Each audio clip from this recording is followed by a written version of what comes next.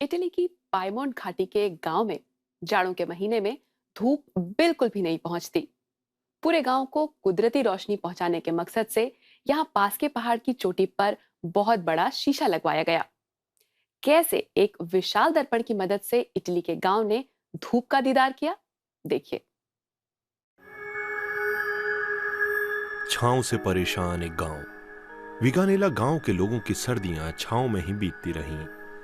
साल में 3 महीने यहां बिल्कुल धूप नहीं आती और गांव ठंड से ठिठुरता रहता है। ठंड और छाया से परेशान कई लोग गांव छोड़ चुके हैं।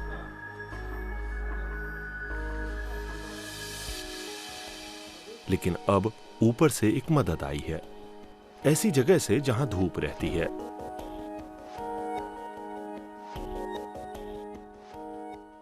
विगानेला के डिप्टी मेयर पियर फ्रांको मिडाली ने गांव में धूप लाने की ठानी।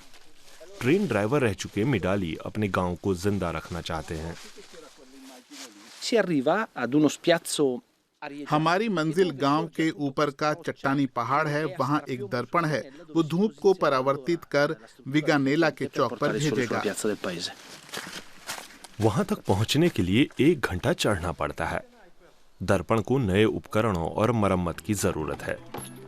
मटेरियल को वहां तक पहुंचाने के लिए केबल ट्रॉली का सहारा लिया जाता है। पाइमोंट की अंत्रोना वैली के पहाड़ इतने खड़े हैं कि वहां सड़क बनाना मुमकिन नहीं। यही वजह है कि धीमे धीमे ऊपर चढ़ने वाली ट्रॉली का सहारा लेना पड़ता है।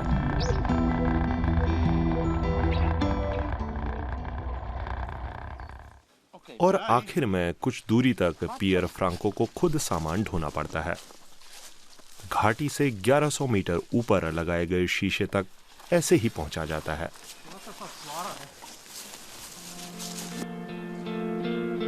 और ये रहा शीशा, आकार 8 गुणा 5 मीटर।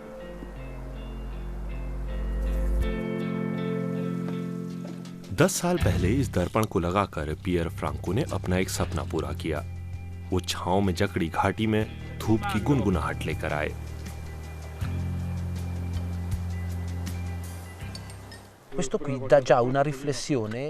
ये मटेरियल 95% सूर्य की रोशनी को परावर्तित करता है। ये करीब करीब पूरी धूप है, लेकिन धूप की कुछ ताकत हवा में मौजूद नमी और धूल के कणों से कम हो जाती है। रोशनी को गांव तक पहुंचने के लिए 1 किलोमीटर का सफर तय करना पड़ता है। आज कंट्रोल बॉक्स बदला गया है। अब चेक किया जा रहा है कि हर पुर्जा कैसे काम कर रहा है। 2 साल पहले आग की वजह से कंट्रोल यूनिट खराब हो गई थी, जिसके चलते सर्किट और हाइड्रोलिक पिस्टल बेकार हो गए। खराबी के चलते दर्पण जाम सा हो गया और गांव फिर से अंधेरे में चला गया। लेकिन अब रिपेयर के बाद रोशनी एक बार फिर गांव में लौटी है। धूप कुछ छतों को भी छूती है और ऐसी जगहों पर भी पहुंचती है जहां हमेशा छाया ही पसरी रहती थी।